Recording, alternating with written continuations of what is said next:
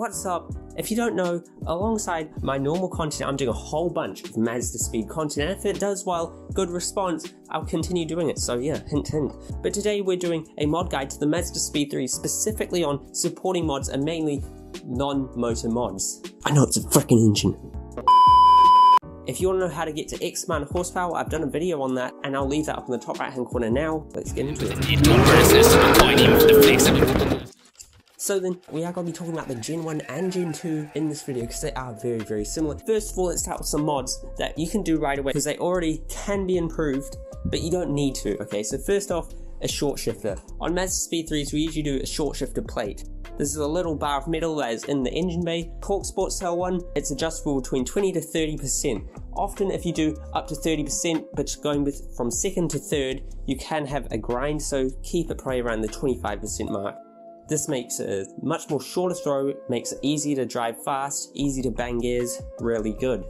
Following on from that, kind of on the same idea, is the shifter bushings. Under the gear shift assembly, there are bushings. Now stock, these are quite rubbery and it allows the shifter to move around a lot. So if you, for instance, put in a gear, you can still move the gear stick from side to side.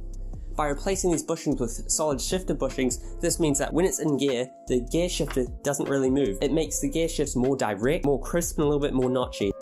Following on from this is the rear sway bar. This will stiffen up the rear of the vehicle. It will also allow you to have some lift-off oversteer. That's a wheel in the air.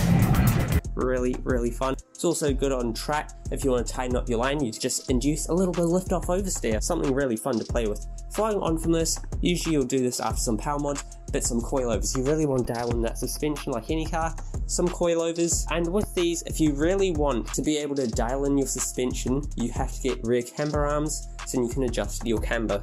Also, if you want to fit some really wide wheels under there and you need some camber arms. Now this is a mod that I would recommend doing basically straight away if you have any intent on putting more power into it, is the rear motor mounts. Stock, these use like the standard Mazda 3 mounts, so it's not really good for power. What the rear motor mount does is it reduces the amount that the engine travels back and forward. If you see a car with worn out engine mount, when they rev it, when they put power down, the engine will shake back and forward like this. Yeah, not great. So we want to stop that by doing a rear motor mount. Also, this will stop with wheel hop. What that is let's say when you're accelerating, the wheels will bounce up and down. Some dude on Google explains it as, if you're accelerating and it feels like your front wheels are falling off a car lift 3 times a second, that's wheel hop, and it's bad for putting the power down to the ground. Also, what these rear motor mounts help with is throttle or power response. When you put your foot down with a stock motor mount, the engine can, instead of putting its power to the ground, it can actually twist it, makes your car roarer. Inside will be a little bit more vibratey, a little bit more crazy. Then when you get up to about the 310 wheel horsepower mount, you'll want passenger and transmission motor mounts. What the passenger or side motor mounts do is they stop the engine from moving side to side a lot. This will though increase vibrations in the cabin, but after they're worn in, because you need to drive them in like 5,000 Ks, then they'll soften up a little bit. This also stops torque steer a bit.